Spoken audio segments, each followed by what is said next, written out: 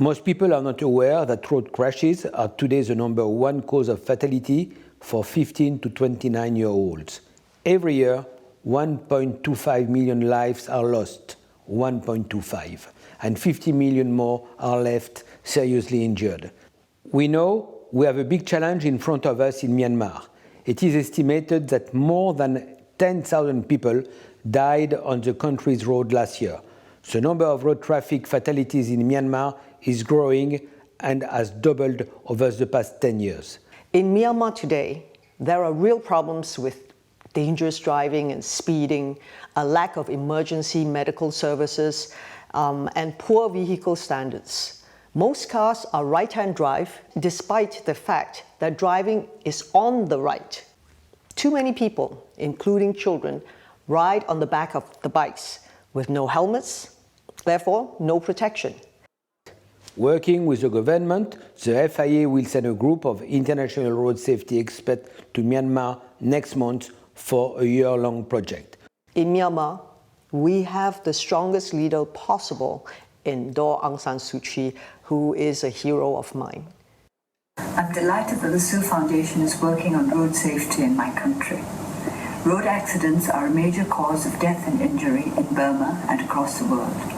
It is therefore right that the Sue Foundation is making this its first priority. This mission can save thousands of lives, and I hope end the daily heartbreak for so many families in the country.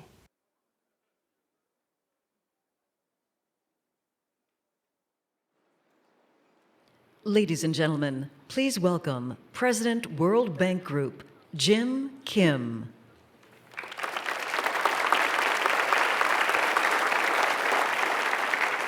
Good afternoon, everybody. I'm really delighted to join you here at the CGI's meeting to talk about the legacy theme of innovative investing. For the last 11 years, CGI has played a catalytic role in international development by bringing together partners who want to make a difference in the world. Whether the goal was to build resilient cities or to build resilient cities or leverage resources to fight Ebola, which we worked very closely with the Clinton Global Initiative on, the CGI community has fundamentally changed the way wealth is put to work. These partners have made investments that create financial returns for the benefit of the environment, small businesses, and low-income communities around the world. One of the most important tools for the poor has been innovative financing, which takes the resources of the public and private sectors, as well as donors, and multiplies it many times over in support of inclusive, sustainable development. Innovative financing and spurring private sector investment is the only way we will end extreme poverty over the next 15 years and achieve the new Sustainable Development Goals. This job will require trillions, not billions, of dollars. The CGI community has helped lead the way in recognizing the power of pragmatic and creative investment mechanisms to bring about significant social impact.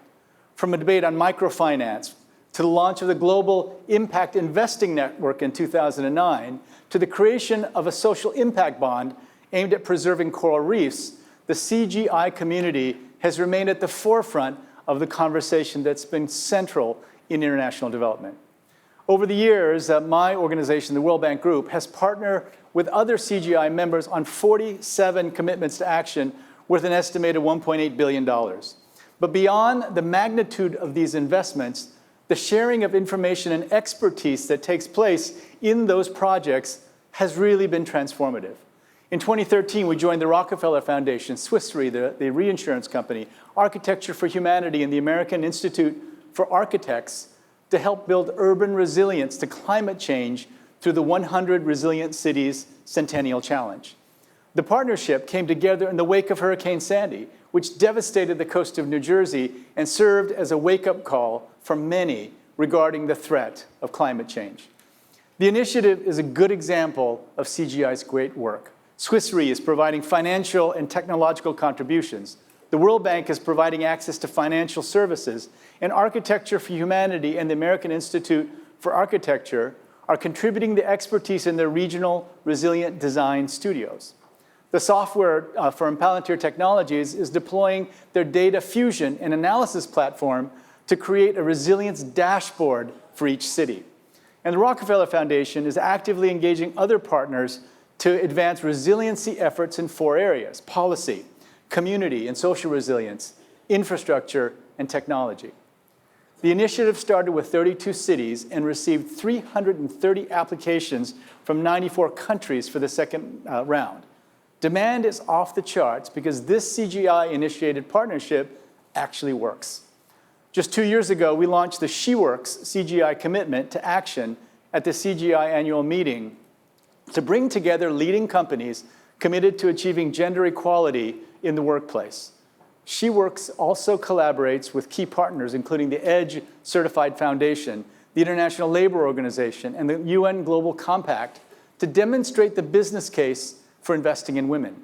The She Works Foundation members committed about $1 million to develop mentoring programs, leadership training, and other measures to increase the numbers of women in the executive ranks.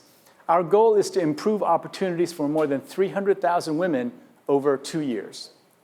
Investing in people is always the smart choice, and even more so today in the digital era, where problem-solving skills and brain power are so important and will get more important with every passing year. Innovative financing will remain an indispensable tool to expand investments in health, education, and training in developing countries to improve opportunities for millions of young people.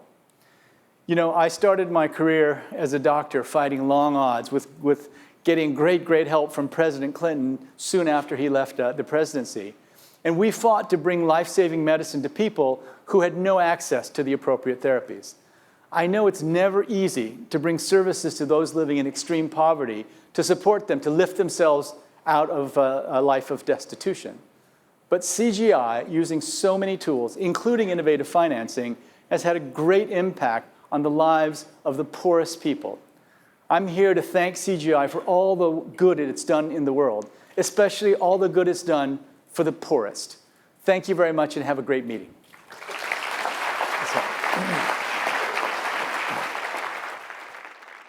Ladies and gentlemen, please welcome Executive Director, Gell Institute, Shinpei Sei.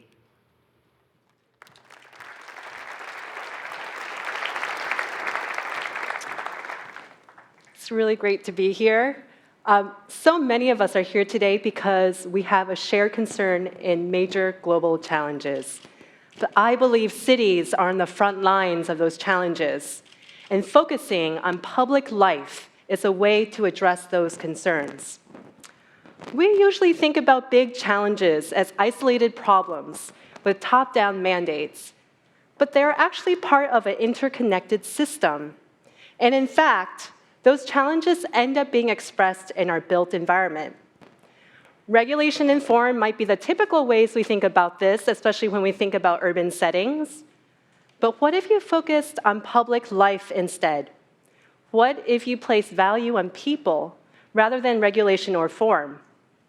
Public life can consist of social interactions in public space, everyday life in the public realm, and civic life, being a part of something bigger than yourself. And unlike what most specialists might think, policy decisions surround us and inform our spaces every day, whether it's a lively street in Zurich or the main street in Columbia. So knowing that form should support function, that public space should support public life, there are things that you can do. Cities that are more walkable, have greater density, and have greater use of public transit, lower rates of carbon emissions, even as your population grow. And cities that might pursue smart growth but really are sprawling just see no decrease in carbon. Economic opportunity is linked to neighborhoods that have high-quality everyday life, such as being able to get to school, feeling a part of the neighborhood with social cohesion and integration, and short commutes, so you're not spending time in a private car.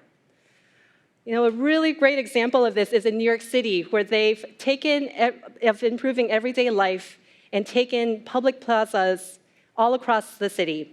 They've taken these plazas out of street space that are under improving in 70 neighborhoods and worked closely with organizations to inform the design.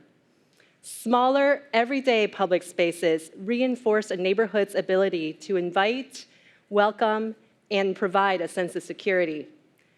Our evaluation of those neighborhood spaces found that the majority of residents spent more time outside and felt a part of the neighborhood where those plazas existed. And in fact, more people recognized more neighbors, even if they didn't know them, where those plazas existed.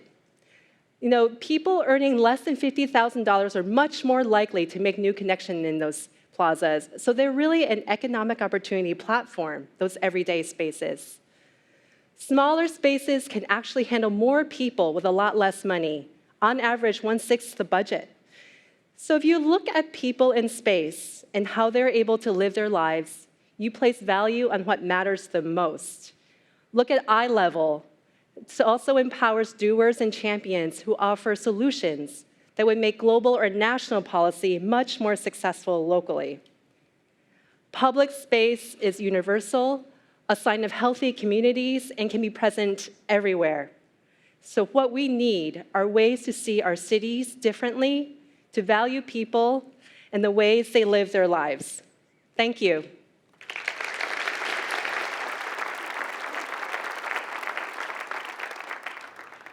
Ladies and gentlemen, please welcome our panelists. Executive Chairman Cisco, John Chambers. Mayor of Monrovia, Liberia, Clara Do Movogo. Chief Executive Officer, GSK, Sir Andrew Whitty. And our moderator, co-anchor CNBC's Squawks Box, Becky Quick.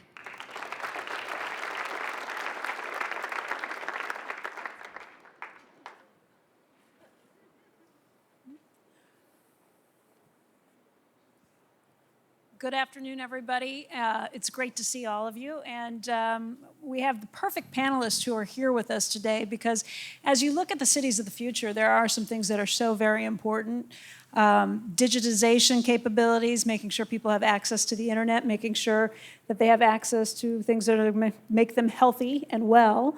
And we have an actual real live mayor who's been putting all of this into play at this point. So folks, I'd like to start with just taking a look at where we are today, how far we've come and what some of the positives are. And so, John, maybe we could start with you just talking about when it comes to internet access, how far we have come. I know that in some places it averages about 35% when you're looking at cities, but it can run as low as 10%. So where are we making progress? What can we look forward to? And give us a little bit of a state of the union of how cities stand. Sure, Becky, thank you. Last year, we talked about taking a look backwards about the internet. We talked about using the U.S. as an example where in the 90s under President Clinton's leadership, and I'm from the other political party, but what he did riding the internet era was 22.5 million jobs, 4% average GDP growth per year, a median income increase for every American of 22% during those 8 years. If you watch what is now occurring, you can call it the Internet of Things or what I think the world is understanding. It's going to be about digitizing every country, every state, every city, every home, every car, every person. And with this, it will create a huge economic impact, probably 3 to 5 times what the internet did to date, grow the average GDP of a country or a city that focuses on this by 1 to 3 points more than it would have grown before, have major job creation opportunity in front of it to where you see countries like India outlining not only a 7% GDP growth, but the chance to go to 10 to 12%, raising the income of every person in that country and make it entirely inclusive in terms of how they connect everyone to this digital world with broadband at $2.50 per month. You see this transformation happening in cities such as Barcelona, where they create 42,000 jobs, the most innovative city in Europe and then in the world. You see it happening in Hamburg. What is fascinating is that it no longer do you have to be in a given country to benefit from this. You have the chance to really transform wherever you are in the world. And a country that may surprise people in this room, France, which we talked about last year. If I said I was going to bet on a country in Europe, I'd bet on France. And Becky, you kind of looked at me like, have you lost it? France, their top leadership got it. They understood how to build a digital country. They understood the inclusiveness opportunity, creation of 1 million incremental jobs. They became not just a place to visit if you're a tourist, they became one of the best places to do startups in the world. This first 6 months of this year, they had more venture capital put in to their startups in terms of 205 startups than any country in Europe. Go the other extreme, you can say this isn't just about developed countries. India, Prime Minister Modi is outlining a vision for 1.3 billion people, not growing his economy 4 or 5%, but through digitization of India, growing it at 7, potentially all the way 9 or 10. And he outlines how this will affect every single citizen in the country, how they have to do startups that can do the jobs, how you bring education in a way it hasn't been done to every one of the 1.3 billion people. And the ability to do that with the growth, you're now seeing the results. So I'm very much an optimist in terms of what this means. It's one that you have to move quickly on. It's not one about clouds or number of devices connected, although you'll go from 15 billion devices to 500 billion. It will really transform every person's life in the world and be much more inclusive than the internet was to date. But it also can be disruptive, and we'll probably talk about that in a moment. We will. Andrew, though, I'd like to start with your initiative, Healthy Communities. It's something that you guys have been kind of progressing with, and I just wonder if you can give us an update on how you're making sure that cities are healthy and well as a result. Thanks very much. Yes, so first of all, we need to remember the number of people literally coming into the health environment is enormous every year. 300 million new healthcare consumers expected over the next 3 to 5 years in the world. 130 million babies will be born next year, the vast majority outside of the developed world. That's an enormous challenge in terms of how to maintain growth in health standard and quality when we know already the standard is nowhere near high enough. There's just tremendous pressure in that system. Building infrastructure for healthcare is absolutely the key thing. So what we did at GSK back in 2010 is we said for all of our businesses in sub-Saharan Africa, 20% of any profits that we make in those businesses, we would donate back to the local community via NGOs. We work with 3 NGOs, and that money is used to train healthcare workers, so to try and create capacity for healthcare workers on the front line. Any of you who've ever been to any of these environments, particularly as you go to the more hostile environments, for example, on borders or in areas which have been affected by famine or war, you will literally find, as I found in a refugee camp, 600,000 people being looked after by one paramedic. And that one paramedic probably had some vaccines and probably had some paracetamol, but that was it. That was basically it for healthcare delivery. Over the last 5 or 6 years, the money that we've been able to donate through that system has trained 11,000 healthcare workers who have brought healthcare to 40 million people. And we expect but by 2020, the number of people who will be directly affected by the infrastructure we're helping to underpin will be 150 million people. I would really just challenge every business who has an operation in countries like sub-Saharan African countries to reflect on what's holding you back from doing something similar.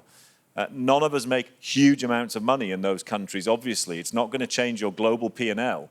But my goodness, it can change the lives of people in those countries. And I would really ask you to reflect on that. I just want to talk about one other type of city really quickly. And they're called refugee camps. We have 60 million refugees in the world, many of them still in their own countries, but many displaced into other countries. And we're going to see more and more of that over time. And as we resolve any given refugee situation, we just see another one pop up. And we must get in place now a much better standing readiness protocol for how we deliver healthcare into refugee camps when they come up. We've got to stop dealing with each situation as if it's a surprise. And how do we negotiate prices? And how do we get medicines delivered to these? And who's responsible? It's exactly the same kind of frustrating debates we had in the Ebola crisis, which all should have been resolved in peacetime, but we end up having these arguments in wartime when we really need to make the execution decision. I just wanted to mention something we announced yesterday at GSK, where we've taken a view that we will, from a policy point of view, regard any refugee camp anywhere in the world as a part of a country called refugee camps. We will then treat that country as a Gavi country. So any refugee camp anywhere in the world will automatically qualify for Gavi prices, meaning they know the delivery partners, MSF, those heroes on the ground, don't have to worry about what price to negotiate. They will always get the lowest price because we treat them in that way. And I think it's important as we think about healthcare in cities, we don't forget the informal cities, refugee camps. That's an excellent point.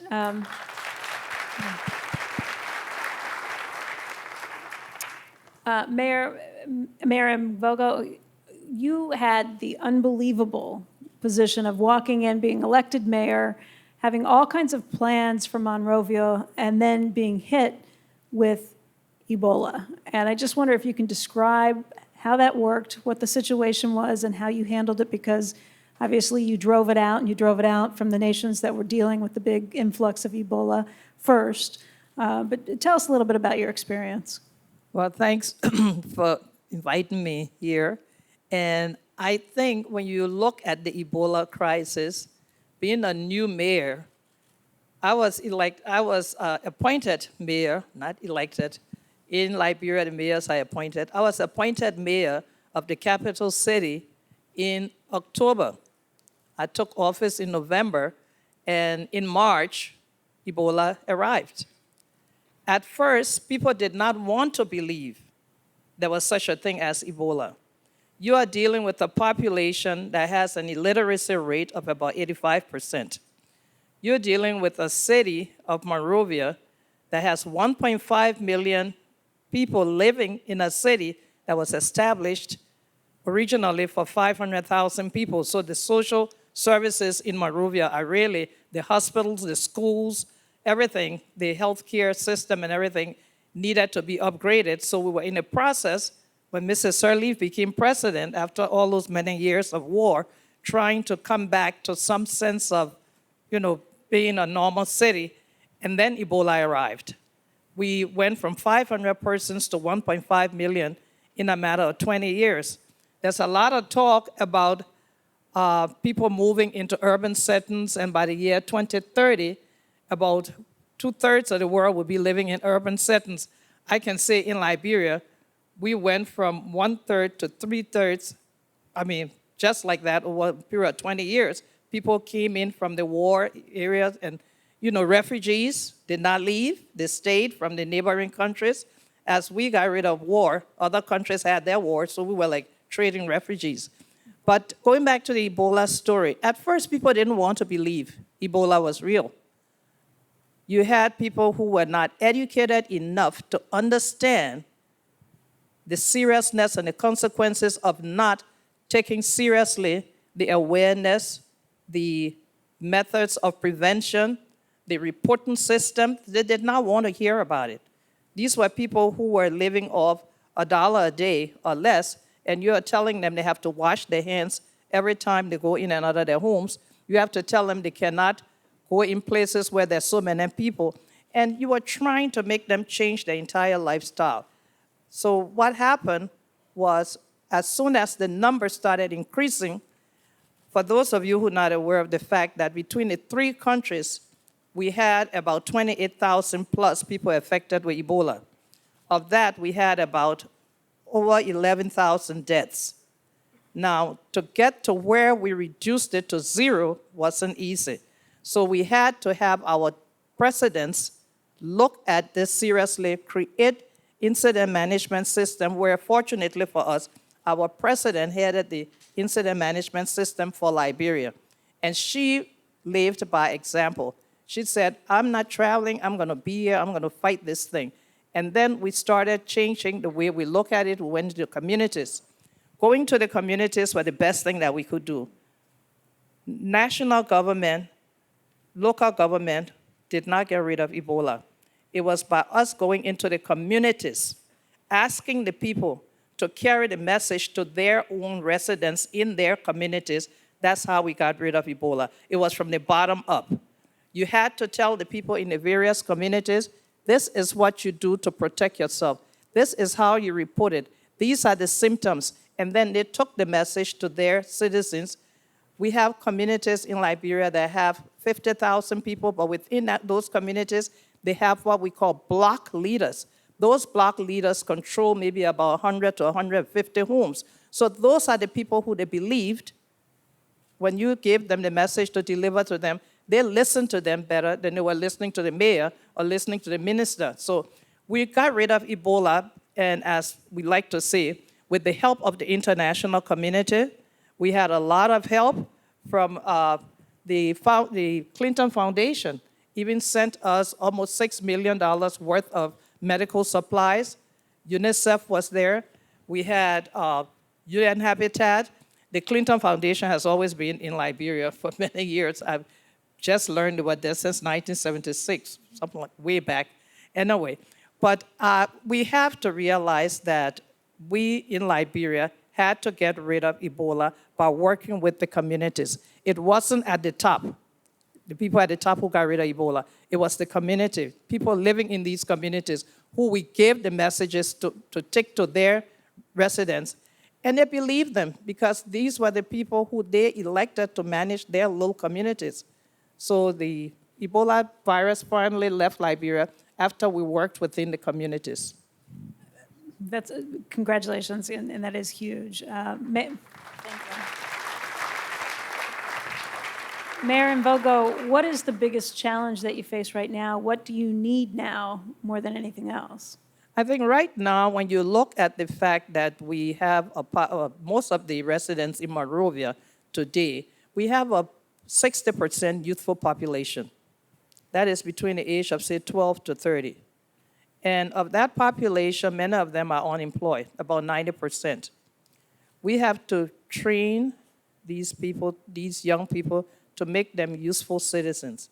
We have to create better healthcare system with decentralizing healthcare. The Ministry of Health cannot go into every community, so these communities need to be empowered to manage their own healthcare systems. We don't have enough medical personnel in Liberia. You were talking about training medical personnel, and I hope many of them are being trained from Liberia also. I hope. Thank you. But we need trained medical personnel. We need to have partners that will come in and provide the means of us educating the population. Education is key. We need clean drinking water. We need to be able to protect our citizens against possible outbreaks. And the only way you can do that is by educating them, providing them clean environment, providing them basic things like toilets. The city, you don't have enough toilets for all these people who are coming in, and you don't have clean drinking water. So that's the breeding ground for an epidemic. And it's possible. Most of the time where Ebola has happened, we learn it returns. So right now, we are not looking forward to seeing our friend Ebola comes back. Actually, our enemy Ebola comes back. But we are looking forward to the time when, if we ever hear it's about to come into Liberia, we'll be prepared to recognize the symptoms, we'll have the healthcare system in place, and we'll have the means of providing the information to the people so that they can be aware and take care of themselves. John, you mentioned some of the potential downsides of digitization. Obviously, it's huge, it's important, but there is a lot of disruption that comes along the way. The mayor just spoke a little bit about job training. And why don't you talk about what you see the downsides and what you think we need to do to address that? You know, it's interesting. You often ask what will prevent us from eliminating illness, preventing Ebola ahead of the time, getting the information where every person in Liberia or anywhere in the world has a smartphone and they can access the medical professionals as well as be educated very quickly when things occur. The hurdles are very often the culture, whether it's a company or a country or a city not willing to change. It's breaking down the silos and organizations to work across what the Clinton Foundation does pretty well. Gets us to work together in groups that have not, and puts the really smart people. And if you don't know, this woman is wicked smart. You look at her background. She is amazing what she's been able to accomplish and very humble. With this opportunity, and let's use India as an example, because I think India is the emerging country you ought to watch in total. Because if you can do it with 1.3 billion people, with an amazing leader in Prime Minister Modi, who outlines a vision for his country and has the courage to take the risk because he's got expectations out there in terms of what's possible. And all of a sudden, he begins to develop successes like in Andhra Pradesh with 50 million people, where Chief Minister Naidu is looking at growing his economy by 12 to 15%, dramatically changing the healthcare, the education, the way that every person in that state is a model for the rest of the country. And the hurdles that they have to get over are challenging. If you create the education of the past, and while STEM's important, the education of the future will be all around technology, where 90% of the jobs, regardless of where you are in the world, you're going to have to understand technology for farming, technology for retail, et cetera. And it's got to change with a pace we haven't seen before, because you're going to see, unfortunately, regardless of where you are in the world, not only 40% of established companies be disrupted by this, and the CEOs get that on a global basis. They know they have to become digital. They know they either have to disrupt or be disrupted. But you will also see robotics and artificial intelligence supplant about what we do in our normal days, regardless of where you are in the world, 25 to 50% of our activity. So two things have to occur. We really have to get startups growing at a dramatically faster pace, whether you're in France, whether you're in Africa, whether you're in India or the US. We have to get job creation going, and we have to rechange the education system, not for being trained like the people in this room were, but around technology at a very rapid rate. And this is where businesses have to play a more active role.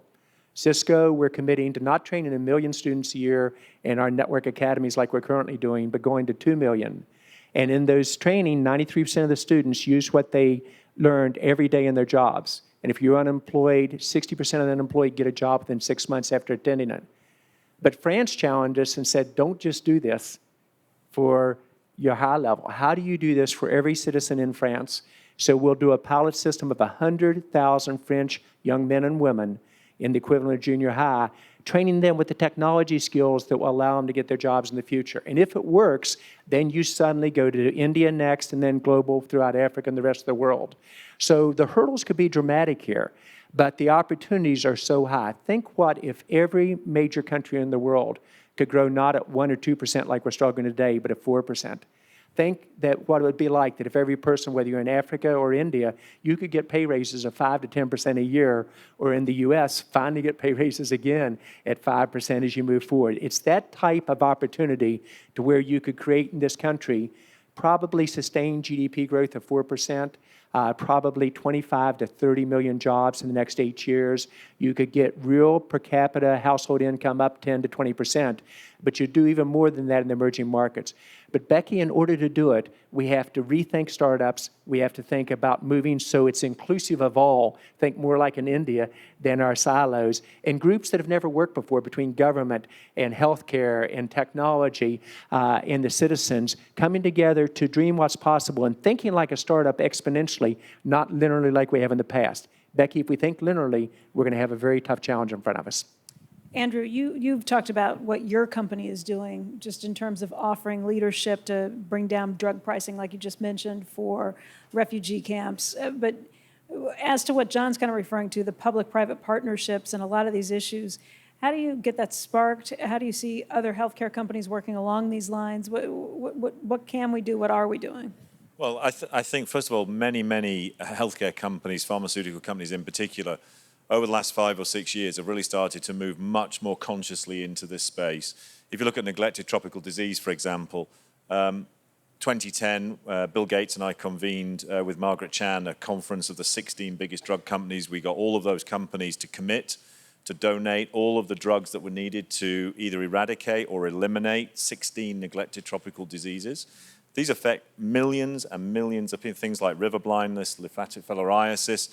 And we've made huge progress since then. In fact, we just reviewed the progress of the last 12 months. Every single commitment for every single drug donation for every single disease was delivered on time. Right? Unbelievable. And we're now in a situation where we're talking about maybe less than 20 people on the planet having polio. We're talking about neglected tropical disease being boxed in and beginning to be driven out of the system. So huge progress in that regard. And that was an interesting example because we didn't need to invent any new drugs to do that. Those drugs already existed, but nobody had really marshaled the energy to bring this together. But actually, it wasn't that hard to do once we got people really focused on it. So that's a core area. But we must remember, it's not just about infectious disease and neglected tropical disease. It's really about NCDs. It's about the diseases that people in America and Europe worry about are also afflicting people in Africa. We need to be onto that. Correct. Non-communicable diseases. So those diseases need to be addressed. So the cancers, the diabetes. And that's an area where, in particular for GSK, we've begun to focus on. So we've established what we call an open lab for developing world NCDs, because what's very interesting is that quite often you see the expression or the type of disease of diabetes or cancer or other things are slightly different in developing worlds, because diet's different, genetics slightly different. There are enough differences to lead to differences in the disease. What we did was we opened up one of our research facilities. It's essentially an open lab. It's more appropriate to call it a research hotel. Any researcher on the planet is welcome to come and do research in that facility. It can be one of the poorest scientists in Africa. We will provide travel grants, accommodation grants for those people to come to work in that facility, and they get to work in one of the world's most sophisticated research facilities that obviously develops the main drugs for GSK. We already have something like 25 of those research programs going on, and on the back of that, we have a commitment to total transparency. Every single experiment we do in any human being on the planet will be made public to any researcher in the world who wants it. And we think the combination of that transparency and opening up our research facilities to start to tackle areas like NCDs in the developing world is really the next frontier. We're going to crack things like neglected tropical disease. What we mustn't do is succeed there and then have a 10 or 15-year hiatus while we're ravaged by NCDs. We've got to get in front of that one as well.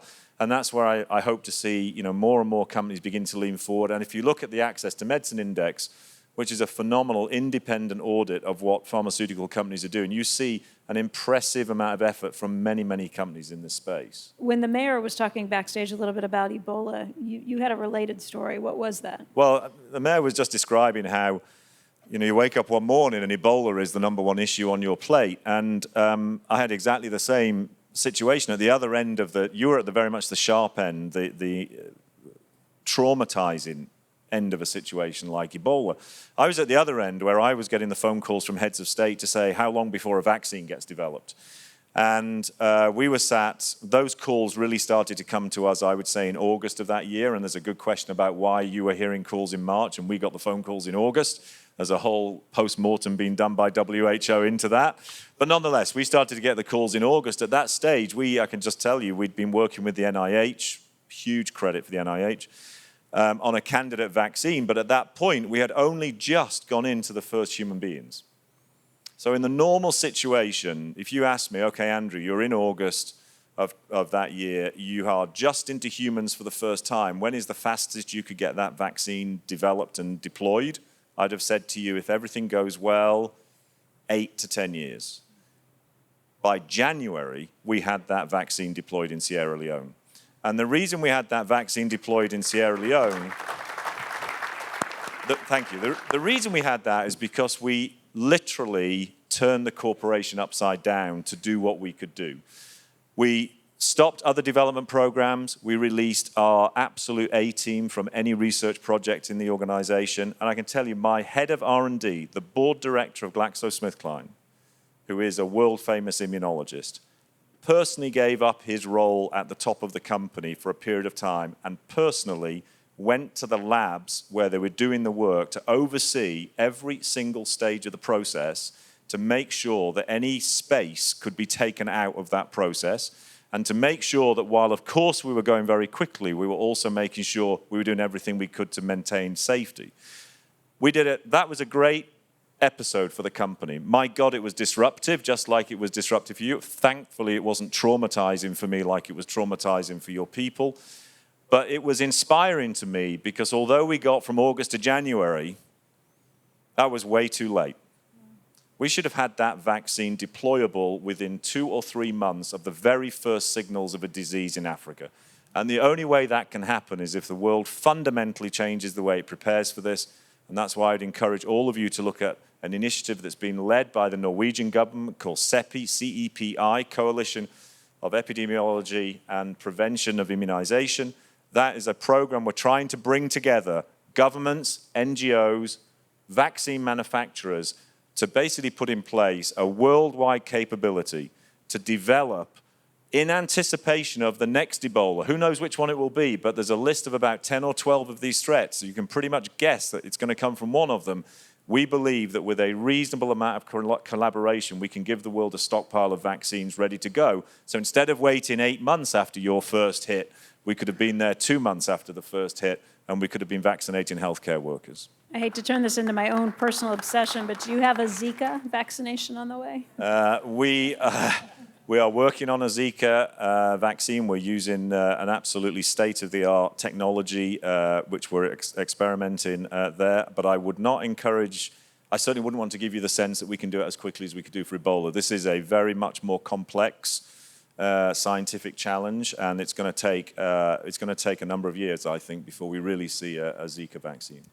Folks, we're almost out of time, but I'd love if our panelists can just give us a little bit of a glimpse into the distant future. Things are changing very, very rapidly.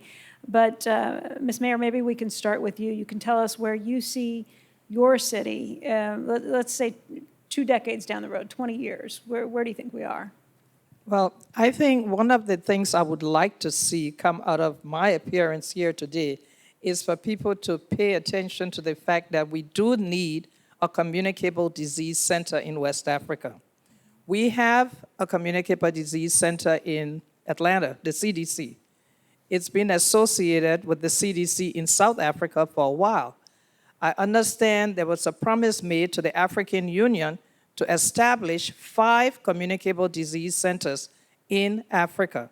If we don't do this, and if we do not think it is important to study these strange diseases, we are kidding ourselves because the world is getting smaller. People are traveling across the world in no time. 2 nights ago, I was in Liberia, and last night I was sleeping in New York. So if I look at the way people travel today, we have to take care of those countries that we call least developed countries, like the countries in sub-Saharan region, and make sure we are studying, making sure that people have the means of tracing these diseases when they come in, knowing that they can track it, they can study it, they can make sure the information is shared with other scientists around the world to be able to help them prepare to handle diseases in Africa. It's not going to be impossible. There's a lot of goodwill. The Clinton Foundation, we got UN Habitat helping us. We have WHO, we have City Alliance. Everyone wants to help us with clean drinking water, better schools, better hospitals. But I think regional disease center will be a great help to us. 20 years from now, we wouldn't be talking about Ebola or strange diseases. We'd be talking about the fact that we got rid of them, not that we're expecting them and we're preparing for them. John, quick final thought on that? When you think about what you're hearing, you're seeing a common thread. You're going to see more innovation in this next decade than has ever occurred in history. And as you go from 1,000 devices connected to the internet when Cisco was founded to 15 billion today to 500 billion, it will transform every aspect of our lives, and largely for the better. You will see that innovation occur where you have great leaders in a pharmaceutical company, in a mayor, and a country leader occur even faster. But for the first time, you can re-raise all boats. The key thought here is we've got to think exponentially. We've got to not have a fear about changing. We have no choice to change, and I think we can eradicate most all diseases. But you can eradicate most all diseases. You can change people's lives forever. You can get good-paying jobs that will increase dramatically over time. But only if we have the courage to change as countries, and we have the courage to work together at a speed we did not do before. We have to think like startups, not the old world of just do it a little bit better each step of the way. I'm the optimist for the future, but we got some hurdles, Becky, we got to get over. Great. Andrew? I'm an optimist as well, but I'm just going to make a suggestion. The reason I'm an optimist is I think the generation of young folks who are coming out right now around the whole world are a completely different generation. These are people who are growing up in a world of transparency, literally through their phones, through their connectedness. It doesn't matter where on the planet they were born. They are coming into the world as internationalists right from the get-go. That brings with it challenges, but it brings with it a completely different way of thinking. We're the problem. My generation, you. We need to think really hard about how we give empowerment to that population as they come forward. And I would simply make this comment. If you are in any way connected to any decision making around research in areas like healthcare or digital, then the question you should be asking yourself, your teams, and those young people who you're putting on these projects who are going to blow you away with their creativity and their ability to make connections at a level that none of us could ever have done. The question you need to ask them is it's not just about how to innovate, it's how to innovate and develop a business model which produces global access to that idea. Because innovation that nobody gets access to is not innovation. And I think we all have the most incredible responsibility as the incumbent generation, not simply to find the smart next generation, but to give them a voice and to ask them a question which is relevant to the challenge that we face of the next 50 years.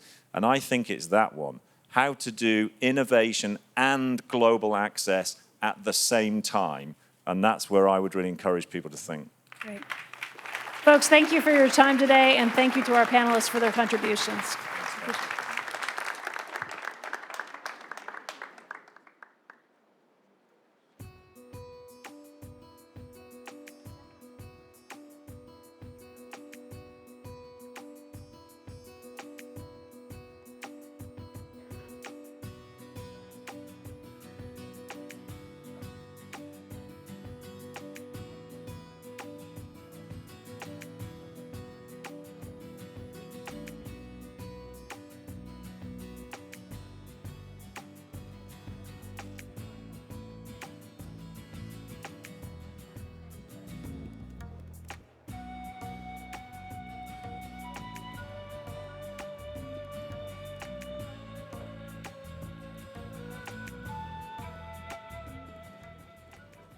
Ladies and gentlemen, please welcome President Bill Clinton.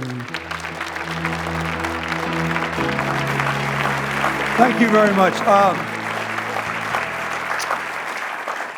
This was a great panel, and I've got another good one coming, but we've got to do a couple of announcements first.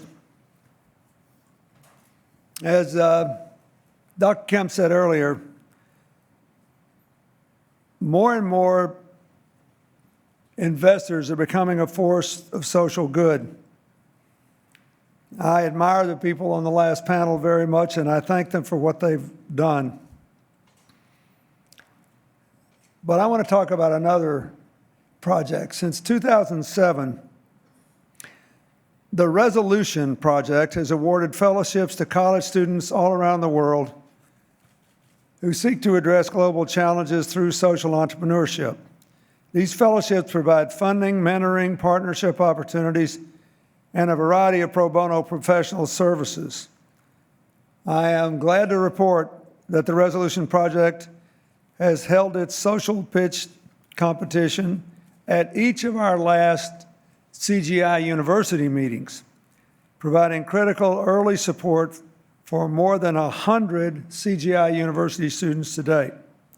In total, Resolution's work with CGIU has launched 60 new social ventures in 45 nations.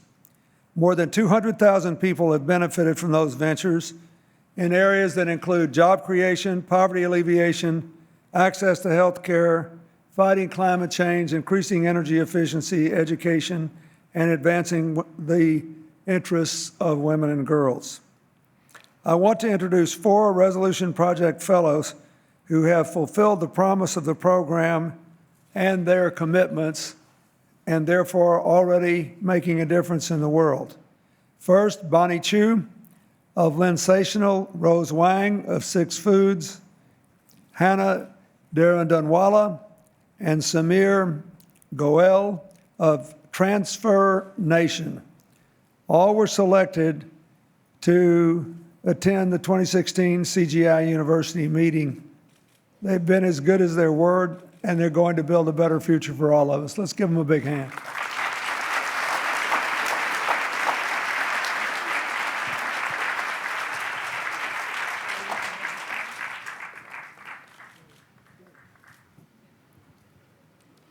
When traveling in Istanbul years ago, I noticed several women who were fascinated by my camera, and I began to think about photography as more than capturing a moment or creating lasting memories. it is an opportunity for self-expression and empowerment. For women whose voices are rarely, if ever, heard, their photographs reflect their thoughts, dreams, and emotions.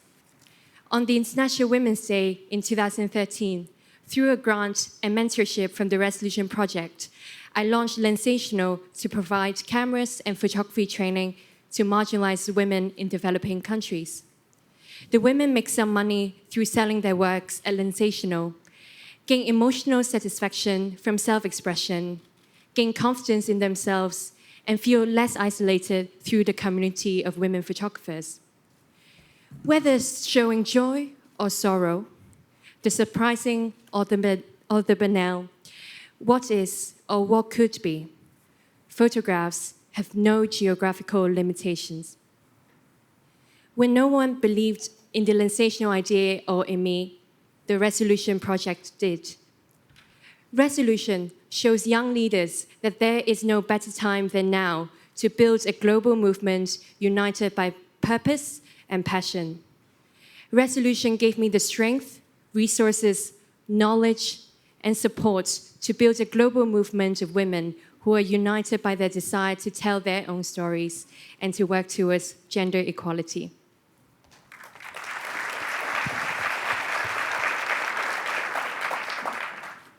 At Six Foods, we make food that is healthy, sustainable, and delicious from insects. I know you might be wondering how I got into this. I'm used to that quizzical and mildly disturbed look when I tell people what I do. But it started when I was in China, and my friends dared me to eat a fried scorpion. And I was hesitant, but up for a dare. And when I bit down, it tasted like shrimp. And back in the US, a week later, my college roommate sent me an article about why we should be eating insects. For example, it takes 2,000 gallons of water to make 1 pound of beef, but only 1 gallon of water to make a pound of crickets. And insects are higher in protein and have almost half the fat of beef. So to get Americans excited about eating bugs, we put crickets in America's favorite snack food, chips. So through chips, they have as much protein per serving as an egg white and 30% less fat than conventional chips.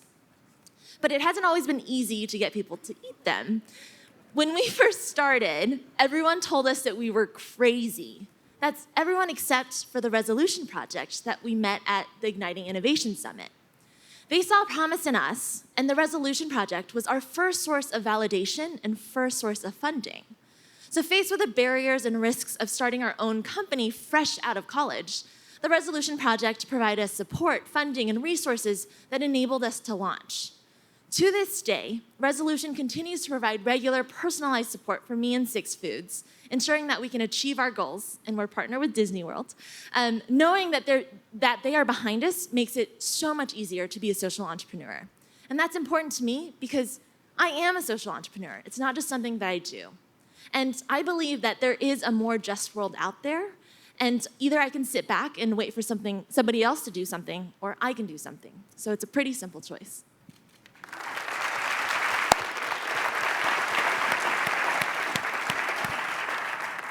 Hi everyone, I'm Hannah, and this is my co-founder.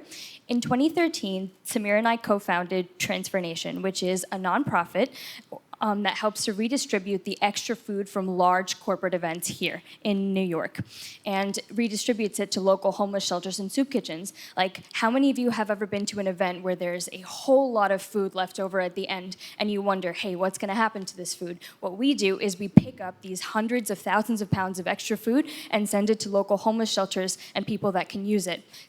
So we met when we lived on the same floor in our dorm at NYU, so we've been friends for a long time.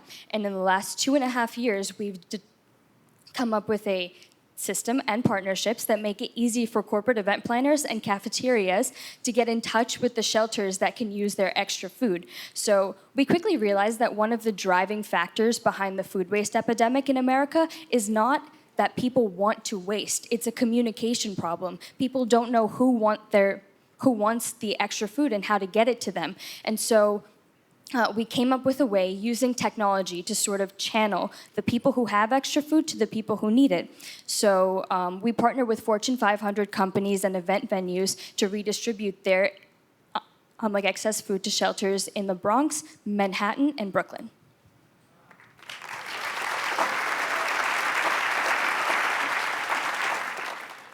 Transformation has taken on the role of tackling issues of food waste and equitable access to food. We have rescued over 32,000 pounds of food and impacted approximately 20,000 lives by providing them with access to high-quality food. When we first started Transformation, it was both incredibly rewarding and also a constant grind. Hannah and I would personally bring food from events to shelters every single day, cutting into any semblance of a social life that we had. What made it worth it was seeing the sheer happiness of those that we could help. None of this impact would have been possible if we hadn't received the Resolution Project Fellowship at the CGIU conference in 2014. This fellowship has provided us with essential resources, countless opportunities, and has taught us what mentorship truly means. Today, it costs us, on average, 65 cents to feed an individual for a day. It's efficient, but it's not enough. Going forward, we aim to rescue over 100,000 pounds of food annually and achieve a best-in-world rate of feeding people for 25 cents per day. We were proud to launch Transformation at Resolution's Resolve Annual Gala and to be repurposing the extra food at today's meeting right here. So you're all part of the solution already.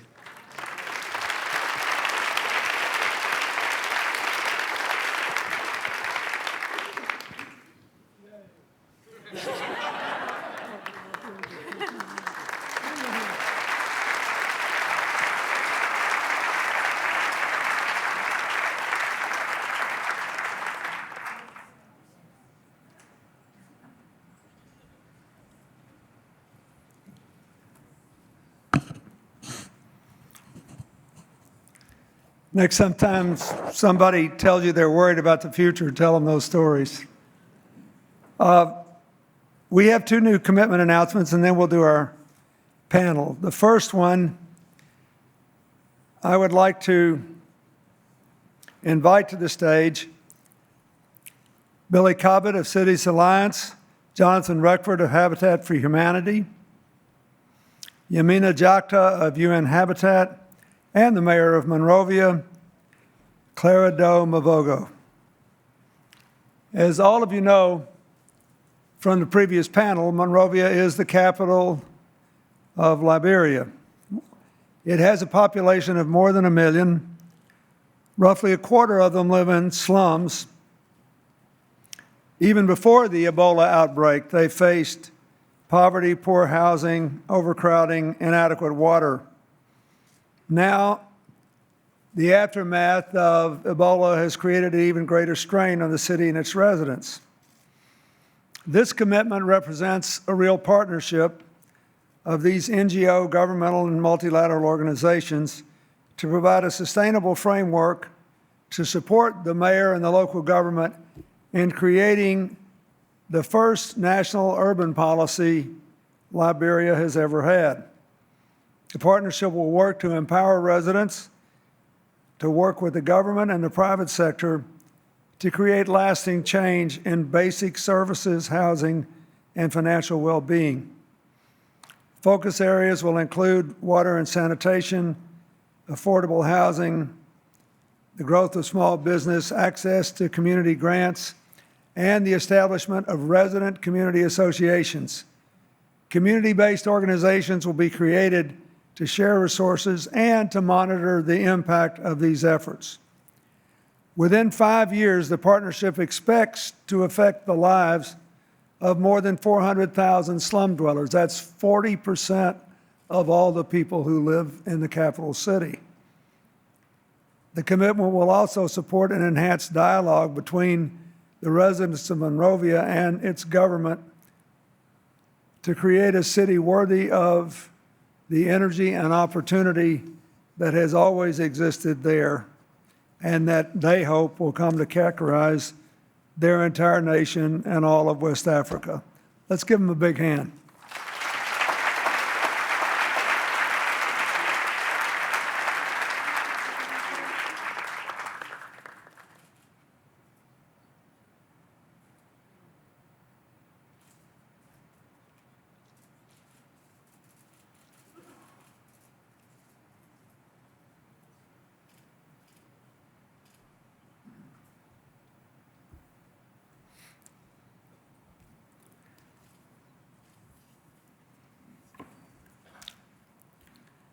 For the next commitment, I would like to invite to the stage Moitri Sinha, the Global Development Incubator, Chris Underhill of Basic Needs, Nalini Saligram of Arogya World, Shweta Rawati of the Hans Foundation, Dennis Walto of Children's Health Fund, Todd Lipka of Step Up on Second, and Bonnie Petrauskas, of Johnson & Johnson. Here's the challenge. 80% of the people likely to experience an episode of mental illness in their lifetime come from low and middle income countries. As many as half of all people with serious mental health disorders in developed countries are not receiving any treatment, with the situation even worse in particular countries. A lack of awareness of mental health and limited resources to manage it contribute significantly to the treatment gap. The risks of mental illness are higher in urban than non-urban environments, largely because of social isolation, higher crime rates, and various forms of pollution. While many mental disorders respond well to treatment, both stigma and inadequate funding persist. Many are not adequately treated in primary care and community settings. This new commitment by all these partners and Keystone Human Services, Grand Challenges Canada, and others will engage 30 cities by 2030 to close the mental health gap. They'll mobilize and channel funding and technical assistance to urban projects that scale proven innovations, mobilize youth leadership, and monitor programs to improve return on investment in mental health. The commitment will focus on cities in Kenya, India, Ethiopia, Ghana, Vietnam, Singapore, and yes, also in the United States. Just FYI, recently, when Hillary met with a bunch of police chiefs from big cities in this country and asked them what the United States could do to help them to keep their communities safer, their number one request was for comprehensive, adequate mental health services for all people who needed it. This is a global challenge.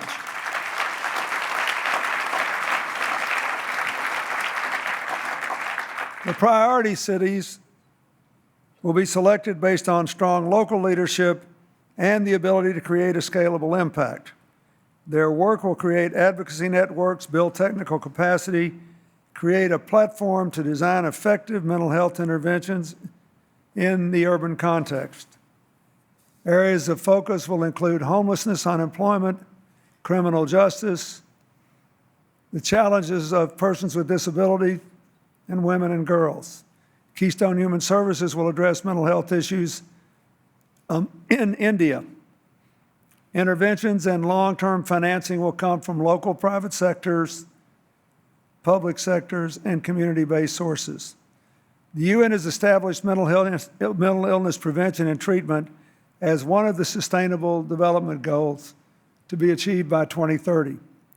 With a multi-sector approach in cities all over the globe, this commitment is poised to work in the service of that goal, combating many barriers to mental health services and their impact on communities and economies.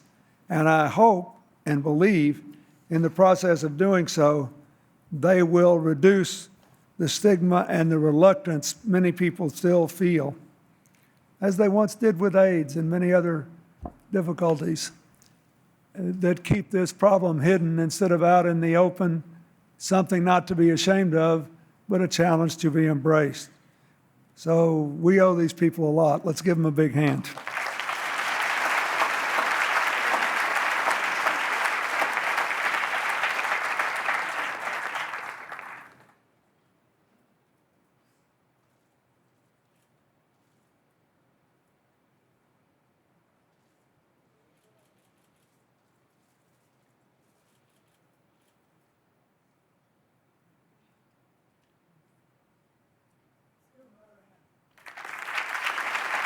Thank you.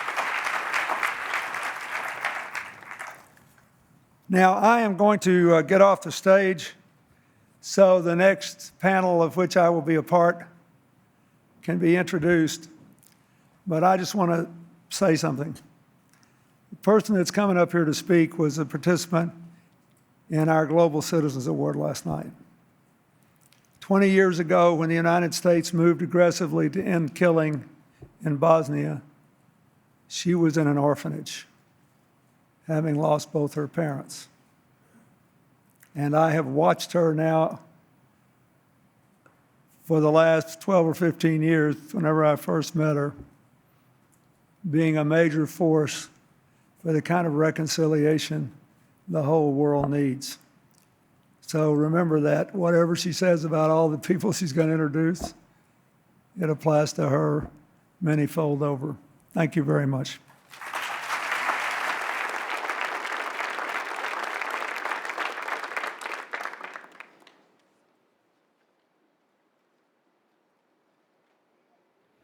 Ladies and gentlemen, please welcome survivor of the Srebrenica genocide, Advija Ibrahimović.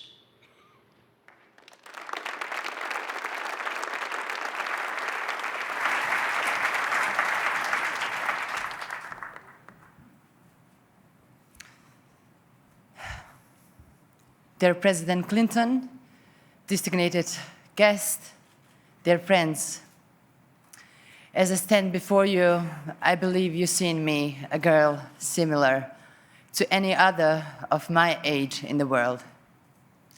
But my story, however, will tell you I'm anything but a similar girl of my age. My name is Advija Ibrahimović.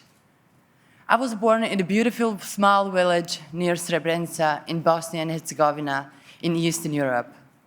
My sister, brother, and I had a happy childhood filled with love and care from our parents, Mother Remzia and Father Daud.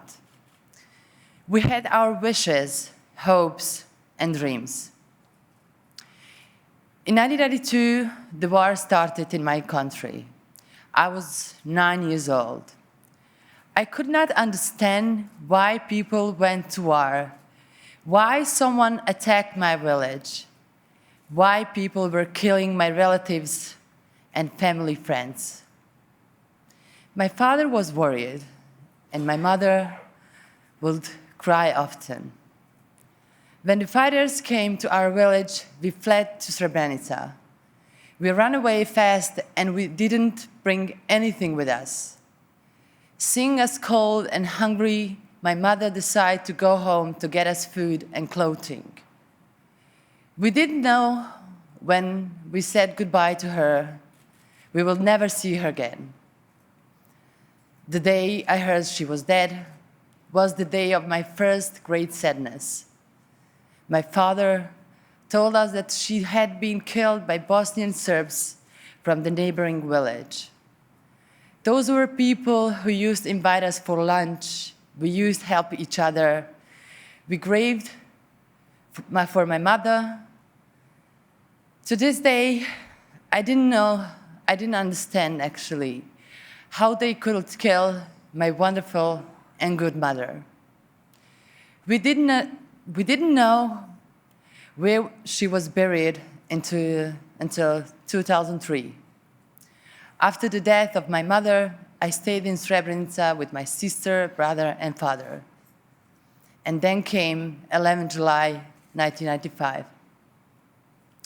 As the Bosnian Serbs army of Republika Srpska, led by General Ratko Mladic, drove closer, we, along with tens of thousands of others, sought protection at the UN Dachbet base in neighboring Potocari.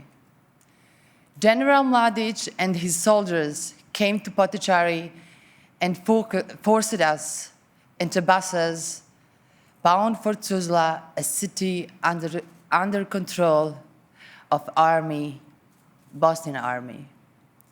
Bosnian Serb soldiers stopped my father and took him aside with the other men.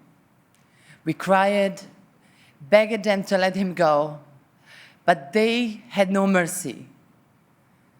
This was the last time I saw my father alive.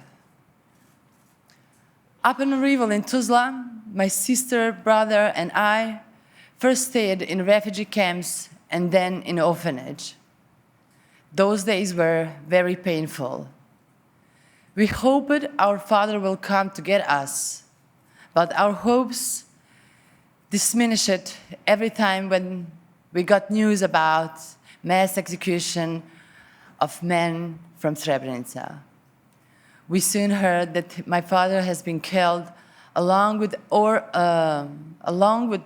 over 8,000 other men and boys. This brought new pain, but I didn't cry.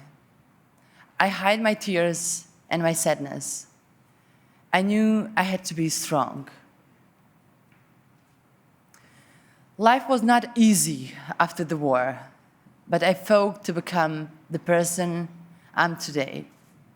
I completed school in Tuzla and I graduated from the medical faculty.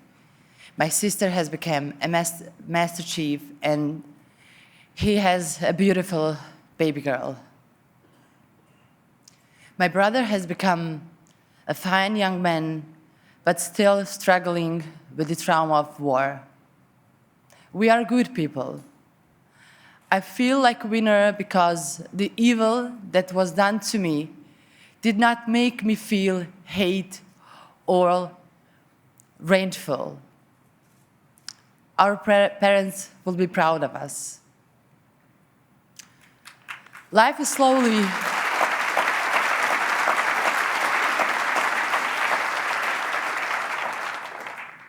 Thank you. Life is slowly coming back to Srebrenica, along with trust between Muslims and Serbs.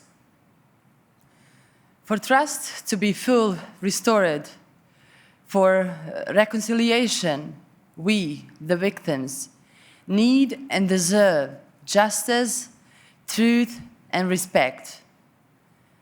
Those who represent nations, representatives of the authorities in my and neighboring countries must acknowledge what happens in Srebrenica, the genocide. Serbian Prime Minister Vučić made the first step by attending the commemoration of 20th anniversary of Srebrenica genocide last year. One must find straight to take another step to recognize that the genocide was committed in Srebrenica. I do not want to make you sad by sharing my story. My wish is to encourage all those living in the same realities I have lived in, like innocent children in the conflict zones everywhere, to move forward, to create a decent life with work, knowledge, and love, not with the bullets and killing. After this visit to New York, I'll be wealthier with the new friends that I have met in this country and with deep belief that they are also friends of Srebrenica. Srebrenica, Bosnia and Herzegovina, indeed needs friends. Thank you very much.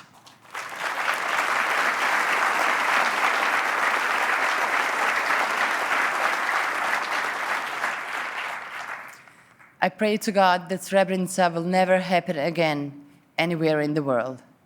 Thank you.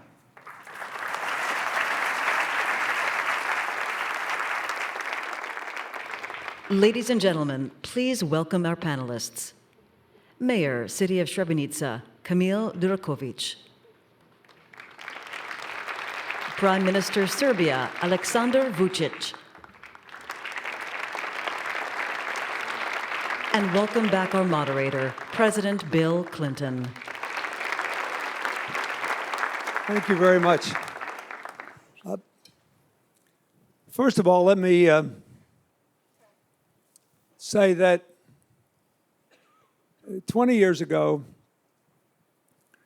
we were able to make a peace at Dayton ending the Bosnian conflict in an attempt to address the continuing divisions of the country and forge some sort of unity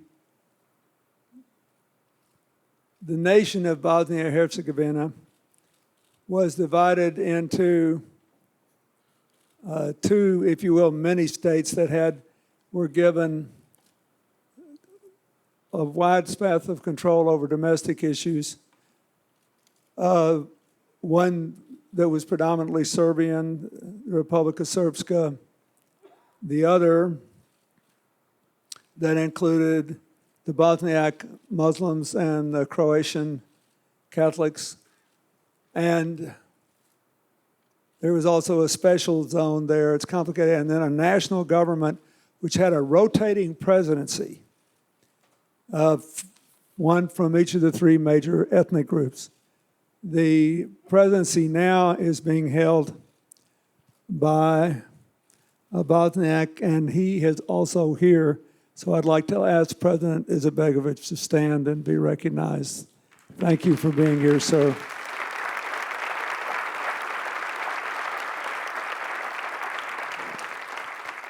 Now I want to talk about these two guys. Both of them in different ways have a lot of courage.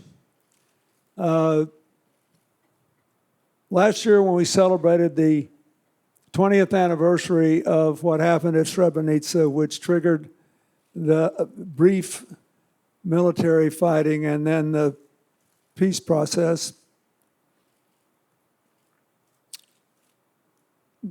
we went back to Serbia, as I have 2 times before since I left. I mean, went back to Srebrenica, as I have twice before since I left the White House.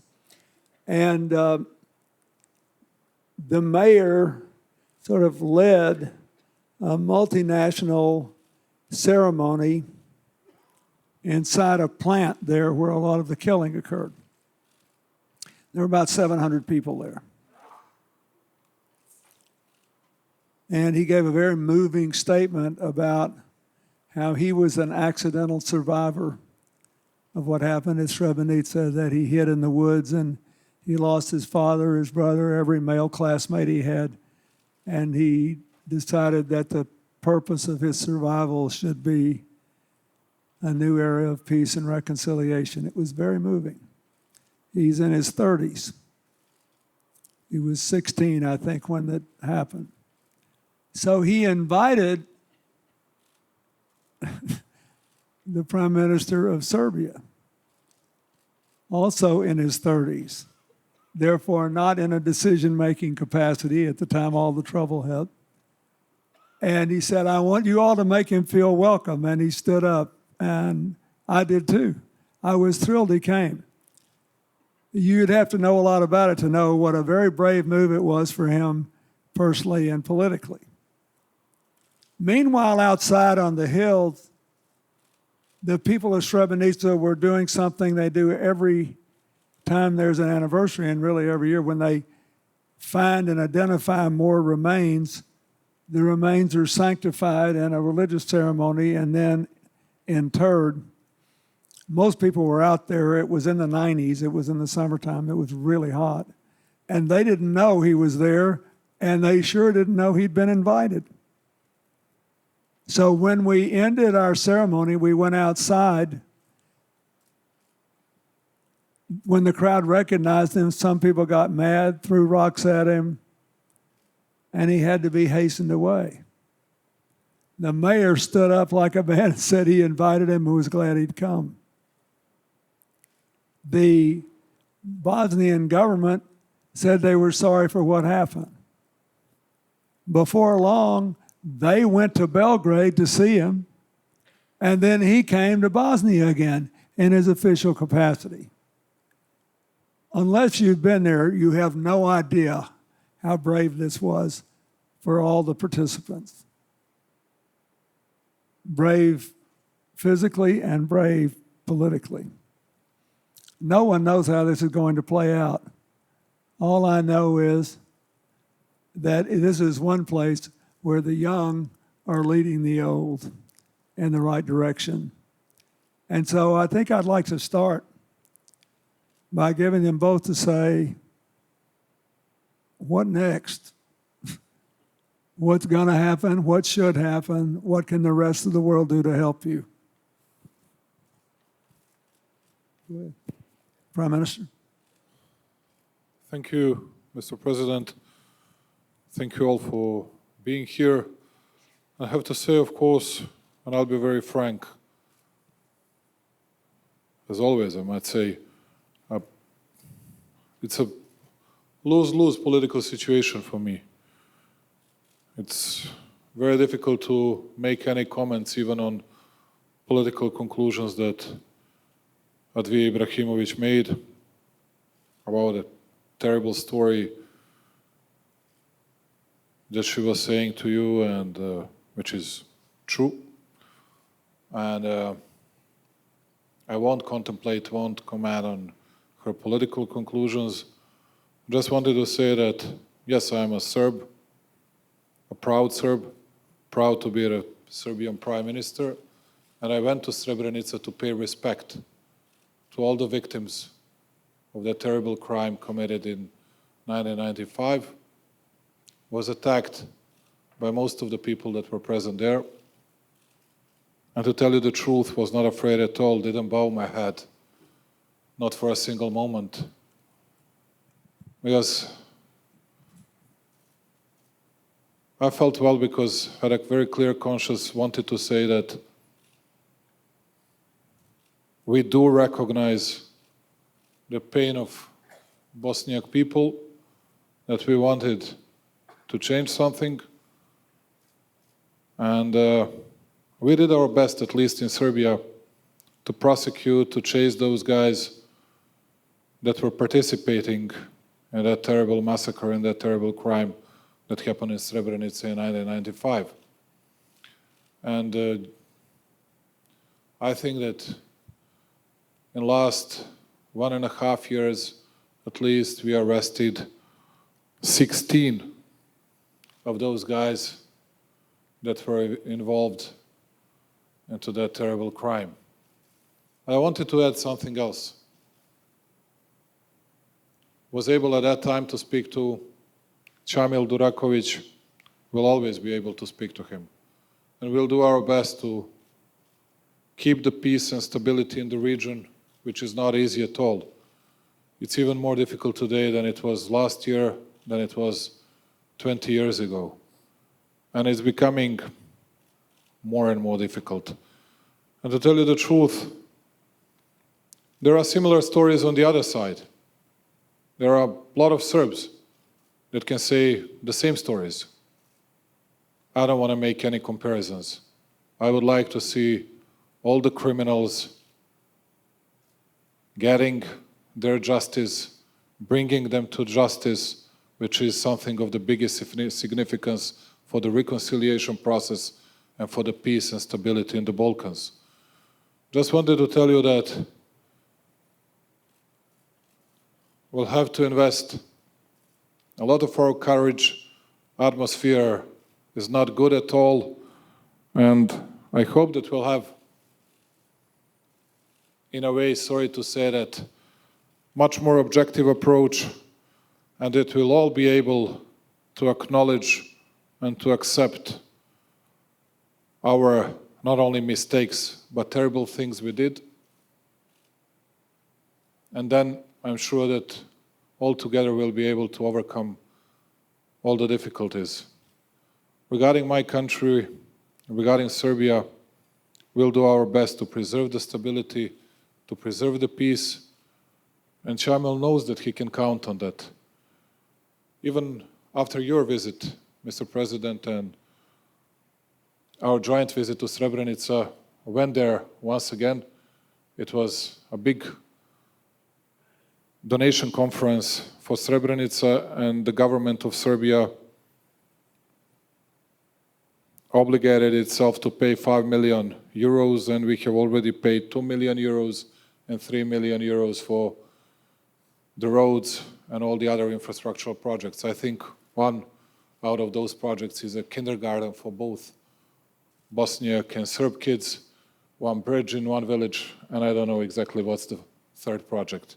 And to tell you the truth, among all the others that were present at that donation conference, I think that we were the only one that actually delivered what we promised.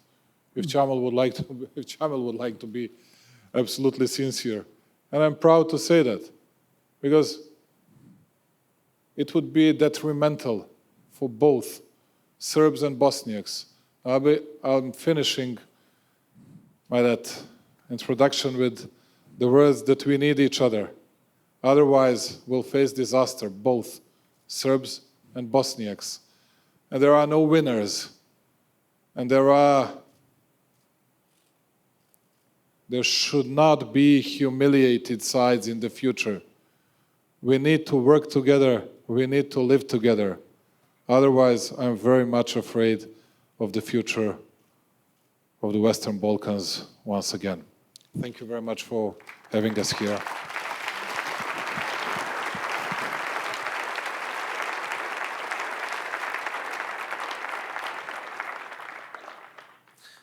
Thank you, Mr. President, and thank you, Prime Minister. I want to thank to my President of Bosnia being here tonight with us. Thank you, sir.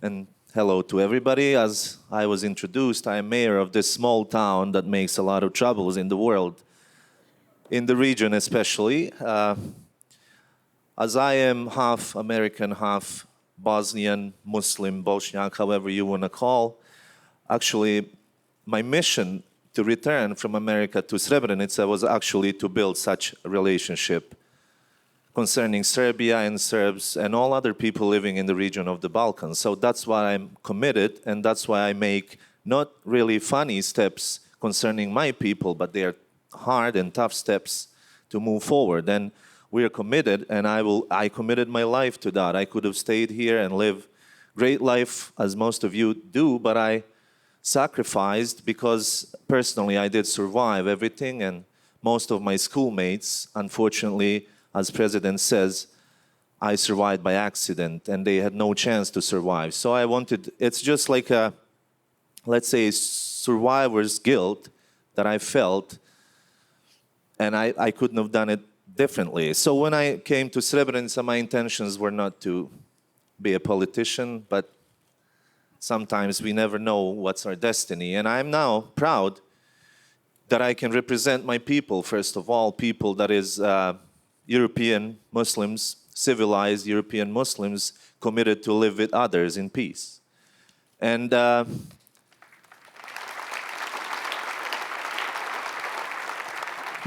if we go 100 years back in the Balkans, the history is really tough for all of us, Serbs, Croats, Bosniaks, Muslims, and everybody.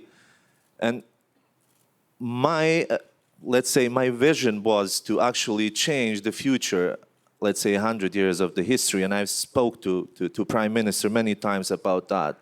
How about, instead of talking about our past, like my grandfather was killed by somebody's grandfather or his grandfather was killed by, how about we change the history for the next 100 years that we speak that my grandfather was good in sports with your grandfather or father and etc. So what I liked about Prime Minister Vučić was that we had the same thoughts. And when you said at the beginning that I invited him, I would have to change that statement and say that we invited him, because this organizational committee numbers 50 people of mothers, survivors, including our political authorities in Sarajevo. We all welcomed him. And that's what our desire was, to actually try and push.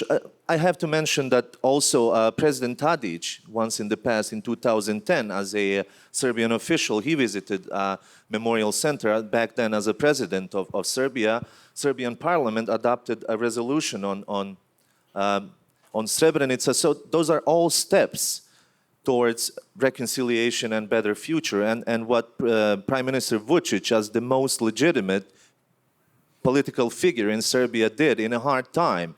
It was a tough decision for him, personally, within his political party, maybe within some, let's say, radical national groups. It was a tough step for him to actually come in the middle of 7,000 graves to say, I am sorry in the name of my people. That's why I said he's a brave man.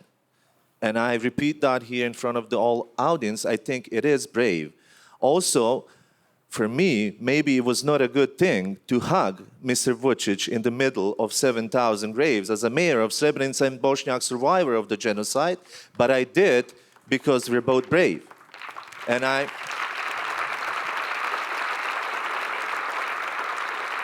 some of my people, Bosniak people, did maybe, let's say, criticize me afterwards. And I had a really tough time. But I said that they don't know. And all people in the Balkans that think that peace has alternative, they don't know. If you just ask ordinary person in let's say, in any town in Serbia and Bosnia, are you to kill each other again? Everybody would say no. But if you say, are you to reconciliate, they will not shake hands. Well, we have no alternative. If we want to reconciliate and build a better future, then we have to hug, shake hands, and be friends. So this is a little bit about me, and I think that besides good things that Prime Minister, well, afterwards, after July 11th last year, just because I was criticized, I invited him again to come to Srebrenica, but for the different event. And then all of the political leaders from Bosnia, including opposition, Bosniak Serbs and Croats, they all came there. We all gathered together in this small town, powerful town, that sent a message that actually gave us a hope that there will be a better future. And we've sent it from Srebrenica, the town where genocide was committed, all these crimes and all, let's say, hard past for us. We want to be an example for, let's say, for the region. We want such relationship between Serbia and Bosnia and Herzegovina, not only with the town of Srebrenica, because we all need that. We want it to be an example. And still, we are here to offer our experience to move things forward. And besides concrete, let's say, business investments, economical development, we need social integrations. We need to bring people together, not only politicians. And I think that people sitting here in this room, including my president, Prime Minister Vučić, we need to do things to, let's say, social integration of the people, not the politicians. Thank you.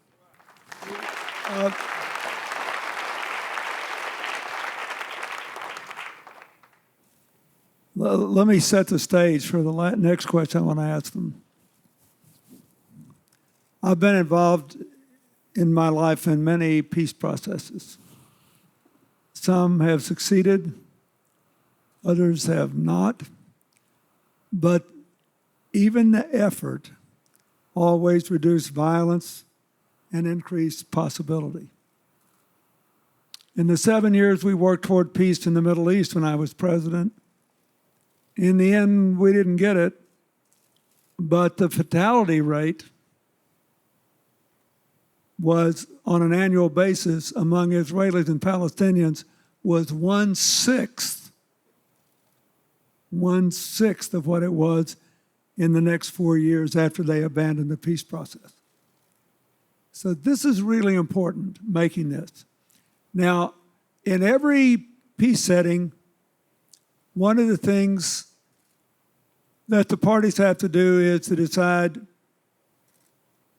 how much acknowledgement should be embraced, how much accountability, how much to dwell in the past. I've heard President Kagame of Rwanda, keep in mind 10% of the whole country was killed in 90 days there. And I've heard him say, in only a half-joking way, that maybe they were blessed to be so poor at the time because they had no prison system. So they immediately agreed, everybody did, that only the most severe abuses should go before an international criminal court, and everybody else should have community-based justice, including community service. I saw things inside a decade after that horrible episode of people working together I never would have dreamed. But where the forces are evenly divided, it's harder. For example, in Kosovo, near there, which is pretty much 90% Albanian Muslim and 10% Serbian Orthodox Christian. The government created, a few years ago when I was there, 3 new townships so the Serbs could have 3 more mayors because they wanted people to feel at home, representative, in control of their own destiny. I think today, particularly, we have to acknowledge that they will have to work out all the details of how to handle the past. But they cannot create a future or make this government function in Bosnia as it should without outside help. And the forces within Serbia who are brave enough to stand up for a shared future like him, they need help too. So they alluded to that. So I'd like to give them both the chance to say, if you could give us a to-do list, we, the rest of the world, what would help you most? Both big things and little things. What kinds of people coming there could help you most? What kinds of involvement of all the things you face? If you took the chances you did, we ought to do more to help you. So, in however you want to do it, tell us what you need the most.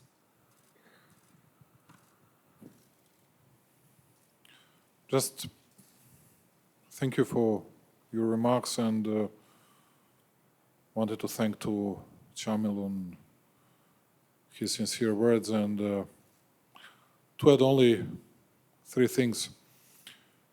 Chamil was mentioning 100 years long history of our clashes and fights in the Western Balkans. And he is right, from the First, Second Balkan Wars, then the First World War. And there is something that you should know, because when we speak about Srebrenica, not only Srebrenica, about that entire region close to River Drina, actually Serbs and Bosniaks, we didn't exchange any single POW during those 100 years.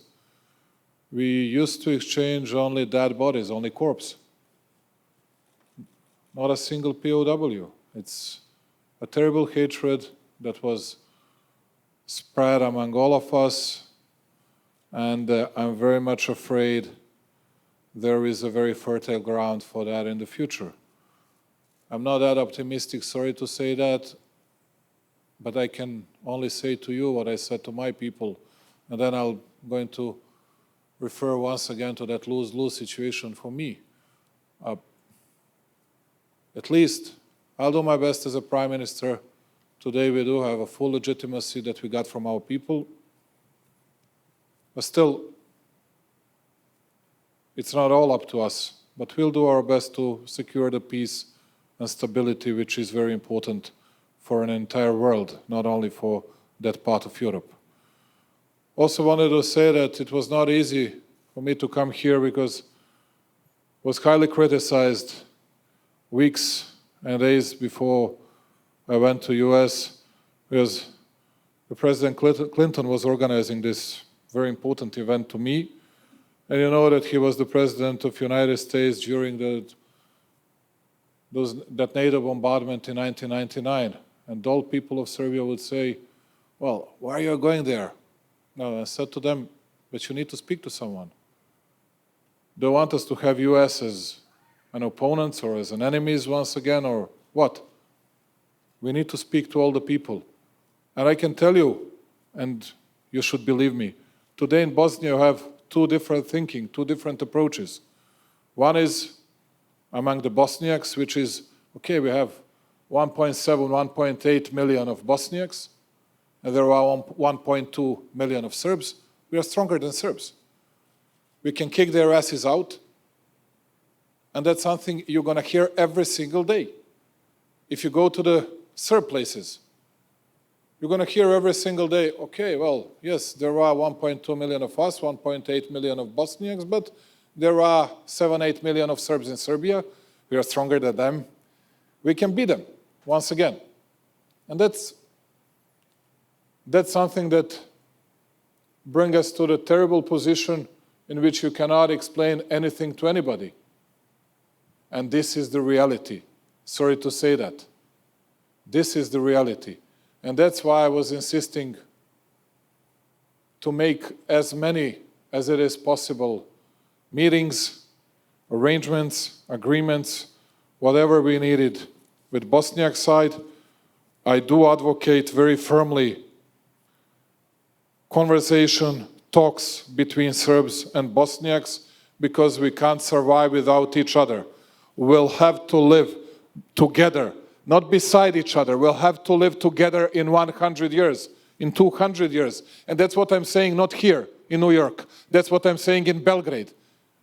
Not in Sarajevo, where people would like to hear it. I'm saying that in Belgrade. I'm saying that to my constituency, which might not like it always. But I firmly believe in that.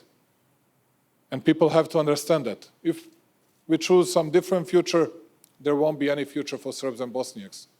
And I'm pretty much aware of that, and that's why I always condemn all the stupid statements, which I gave up plenty of them 20 and 25 and 30 years ago, but not in the last 5 years.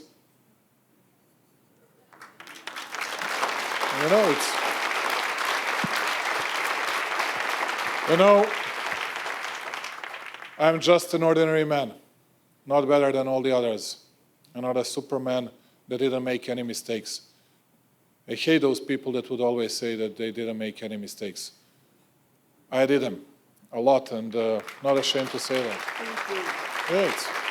But just wanted to say many thanks to the organizers, many thanks to Chamil, and I'm grateful that Bakir is here, and see that Zlatko is here as well, and always be profoundly grateful to make my contribution to preserve the peace in the Balkans. Thank you once again.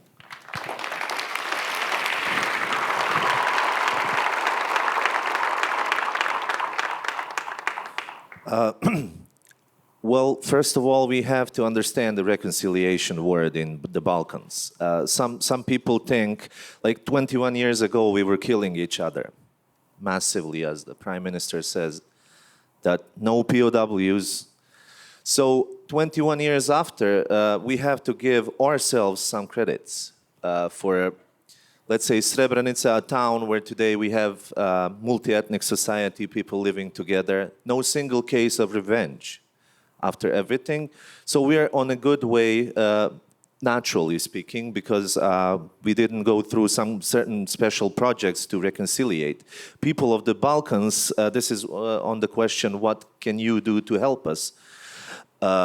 Naturally, they know how to reconciliate, but sometimes politics or the larger, broader audience do not understand that the reconciliation is a process. It's not a one-time handshake. It's not a one event. It's not one dinner, but it's a process that will last longer than we maybe live.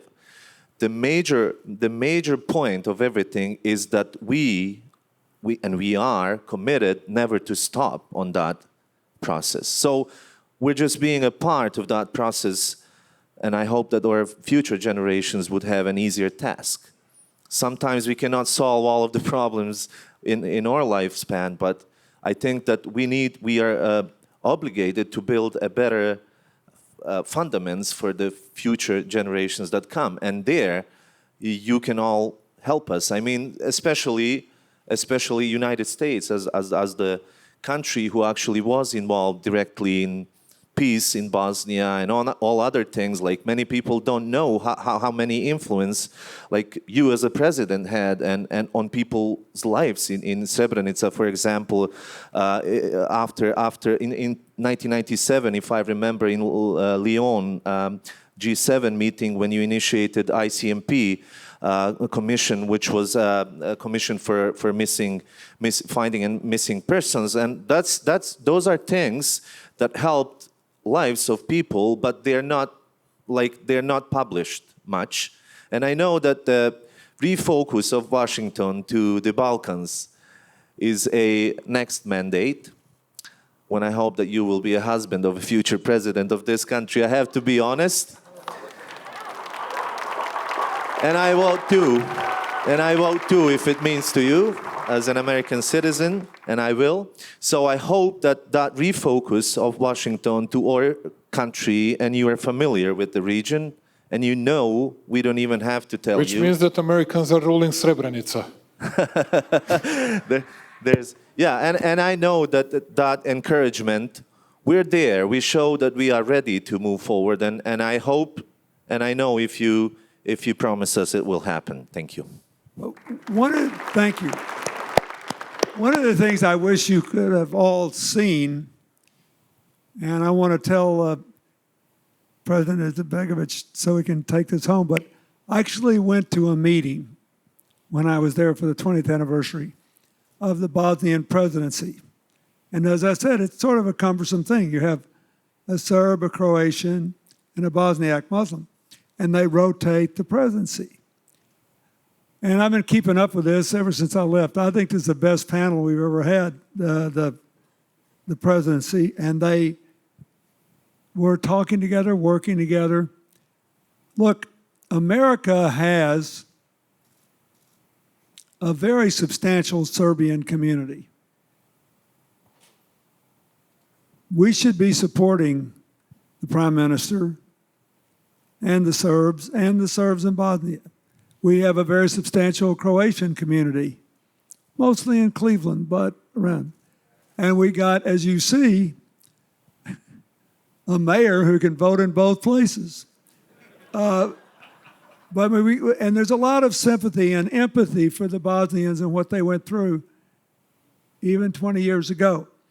I think it's important that in an organized way we help them. The American government has tried, I must say, through Republicans and Democrats on a bipartisan basis to be a friend of this peace process, to be a friend to the persistence and the survival of the state, but we have not done enough to help the Prince of Peace triumph.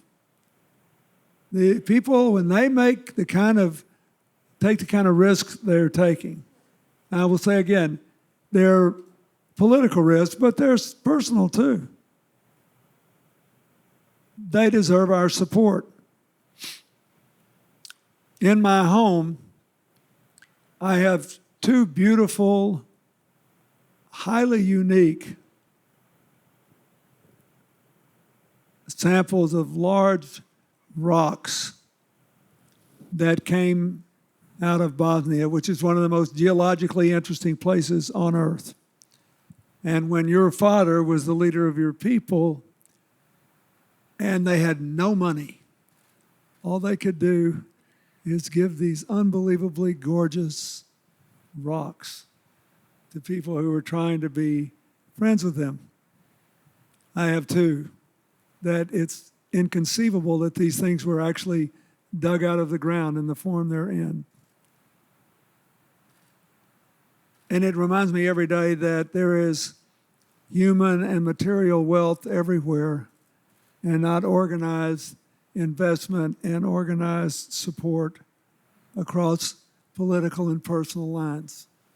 So I will just say this, that we have others here from around, one of my friends from Montenegro is over there. We've got people all over, but America has people from all three of these communities. And we have people who care. And it's not for us to resolve the details. He's got a real headache now with a referendum about whether a Serbian national holiday should be on a day that is recognized as important, not even by the Croatian Catholics, but only by the Orthodox Christians. And does this mean sort of a statement of opposition to the Bosniak Muslims and the others? There's 1,000 issues like this. It's not up for you and I to resolve this. It's up to you and I to create the conditions insofar as we can to support them to keep going. I've been in these long drawn-out peace processes when nobody ever thought it could happen, and I've been in them when they broke apart. A long, boring, drawn-out peace process is way better than when it breaks apart. And I can't tell you, maybe it's because I lived through all this 20 years ago. But when I looked at that crowd in that dark factory building where all that killing occurred. And I saw that man sitting bravely there. And then I heard the mayor tell his story. This is a long way from people wandering in the woods with rifles looking for people to kill, as if it were hunting season, to two young people who have more tomorrows than yesterdays, trying to create a shared future. And look at all the fighting that's going on everywhere in America today. I mean, everywhere in the world today, all this division. And here you got a place where they tried it, and they know peace works better than war. And in a troubled world, we need to hear their message everywhere. And they need to survive giving it and to thrive. So I ask you all to support them and help them. Let's give them a hand.